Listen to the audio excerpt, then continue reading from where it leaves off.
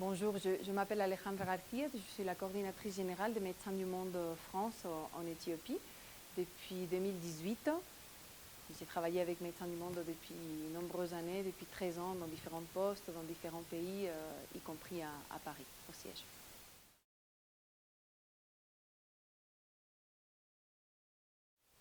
Alors, Médecins du Monde travaille en Éthiopie depuis les années 80 et pour parler notamment des programmes plus liés à l'égalité des genres.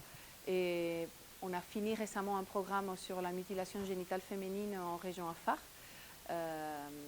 C'est un problème récurrent en Éthiopie, comme on va peut-être le voir après sur l'ensemble du territoire. Donc on a eu un programme sur cette question-là et aujourd'hui on travaille avec les femmes travailleuses du sexe en région Afar pour améliorer leur accès à la santé et pour améliorer aussi leur empowerment, la connaissance de leurs droits à différents niveaux,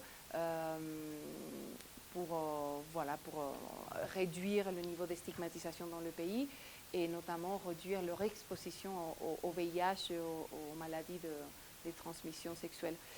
Après, on a des programmes plus généraux sur la question des soins de santé primaire. Et dans ces programmes-là, comme on a aujourd'hui en région Somalie, on a aussi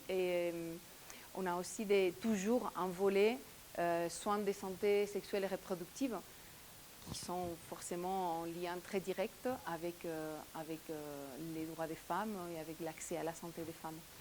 Donc voilà, globalement, c'est via la santé, et MDM travaille toujours la question de l'accès aux droits dans son ensemble, en Éthiopie notamment.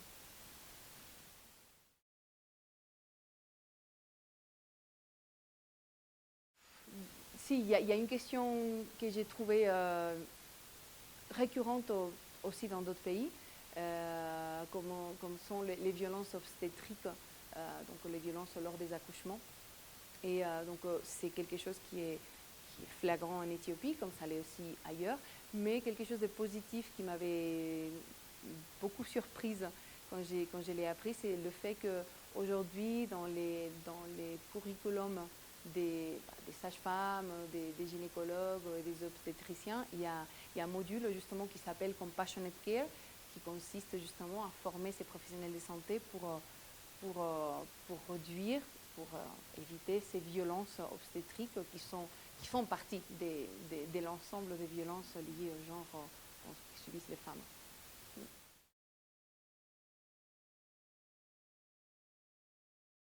Ça ne fait pas longtemps que je suis ici, mais je pense que force est de constater qu'il y a eu des avancées, clairement, aussi au niveau symbolique, au niveau politique, mais on sait que le symbole est toujours aussi important.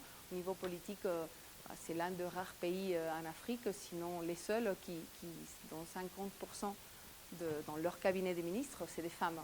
Et il y a des postes clés comme la présidente de la Cour suprême, qui sont des femmes. Donc ça, c'est des symboles, mais ce n'est pas que des symboles, ça fait avancer la cause des femmes. Après, il y a aussi beaucoup plus de filles aujourd'hui qui vont à l'école qu'il y a quelques années, donc c'est des points qui ont avancé. En revanche, il reste encore beaucoup à faire, comme ailleurs aussi, mais notamment par rapport aux violences liées au genre. L'Éthiopie reste l'un des pays les pires placés dans des classifications, comme la classification qui présente le rapport du développement global humain. L'Éthiopie est au niveau 121 des 160 pays. Donc il y a encore beaucoup à faire. Et je pense qu'en partie, ce mauvais classement de l'Éthiopie sur les questions de violence est très lié aux pratiques traditionnelles nuisibles qui sont très présentes dans le pays, comme le mariage précoce et la mutilation génitale féminine notamment aussi. Donc là, il y a encore beaucoup à faire en Éthiopie, malheureusement. Au niveau de l'éducation aussi, il y a eu des avancées, mais forcément, il y a encore... les filles doivent se marier de manière précoce, forcément, ils arrêtent l'école, ils arrêtent... donc ça, c'est un point à faire avancer. Ouais.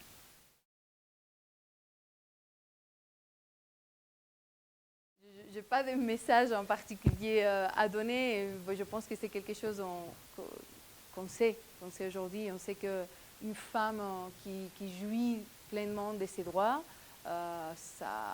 ça donne une famille qui jouit de ses droits, et une famille qui jouit de ses droits donne une société qui jouit de ses droits.